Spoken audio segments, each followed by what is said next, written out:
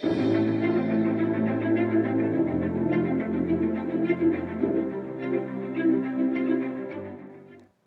Dork and Chill Life review is on the new addition to the Trolls franchise, Trolls World Tour.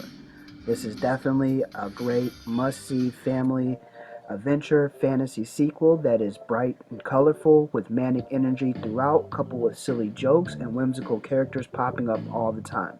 Children are going to absolutely adore this, and for adults, older movie watchers, no worries. Thankfully, there's actually a lot in this film to like, with classic music hits and new music from different genres to the jokes that will keep you and yours laughing and smiling, along with some great messages like differences do matter. And I gotta say, this is on par with the rest of the franchise so far. I mean, they're always pretty good.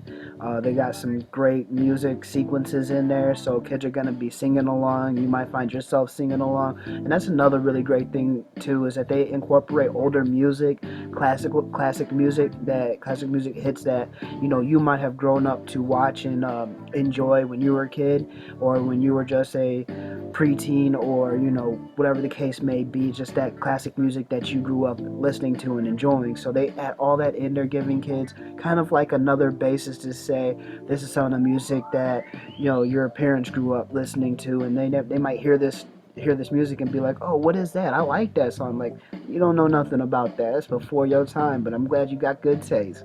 So definitely that's always great. And then the messages are always nice that they throw in there, especially now the further along in the franchise it gets. I feel like the messages are getting more intricate, which is really great, because you're starting to learn these messages you're pitching these messages to the kids, and they don't even know necessarily that they're learning them, I feel like, but it's just something that's innately distilled into them. So it's just like it kind of enhances and brings that out, and they do a really great job of that. So this is just an overall, hands down, I'd say a 4-star movie. Another great addition to the franchise so far. I mean, it's been absolutely wonderful. I'm pretty sure they're going to throw out another one or two more, I would say. So is this a great family movie? Hands down, I would highly recommend it. Again, with the quarantine stuff that's going on right now and the distancing stuff that's going on, I would say watch this online for sure. You can see there's really great copies online for free if need be. Again, if you're going to go that route, make sure you tweet about it. You tag the creators, you tag the movie. Make sure they get the props that they deserve, and if you can. And actually, I think like AMC and a lot of these other theaters do have streaming services that are making these movies available now, since there are no one can really go to theaters, so they're making these titles, these new releases, kind of available after like a week or so of being out. So I'm pretty sure this is one of the ones. I'm actually like 99% sure this is one of the titles that is available out to rent, and I don't think it's really that expensive to rent. But also you can go hit up Redbox. I'm not sure if it's in Redbox, but I'm pretty sure you can do it on several streaming services.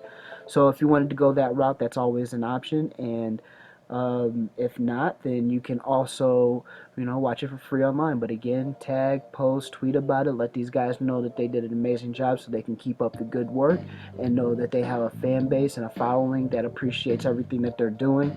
That's always a good look. And guys, I would say, like, as adults, you're going to, of course, enjoy this. I feel like, sometimes your kids just want you to sit down with them and watch these movies with them and watch the show with them, just to have your presence around them. So trust me, guys, you're gonna enjoy it anyway, and it's an easy sit through. And like I said, the comical side of this has always been on point, and this edition is no different. It's definitely on point. And only thing my drawback was my favorite character is the Cloud. So I didn't really get a lot of him in this, so I was kind of like, oh, that's a little bit disappointing. But all in all, it was still a solid 3.5, 4-star movie, and I would highly suggest you guys checking it out, especially during this free time where you can stay at home and enjoy the presence of your kids. So, with that being said, as always, guys, I appreciate you stopping through for the view, and I will catch you on the next Dork and Chill Life review.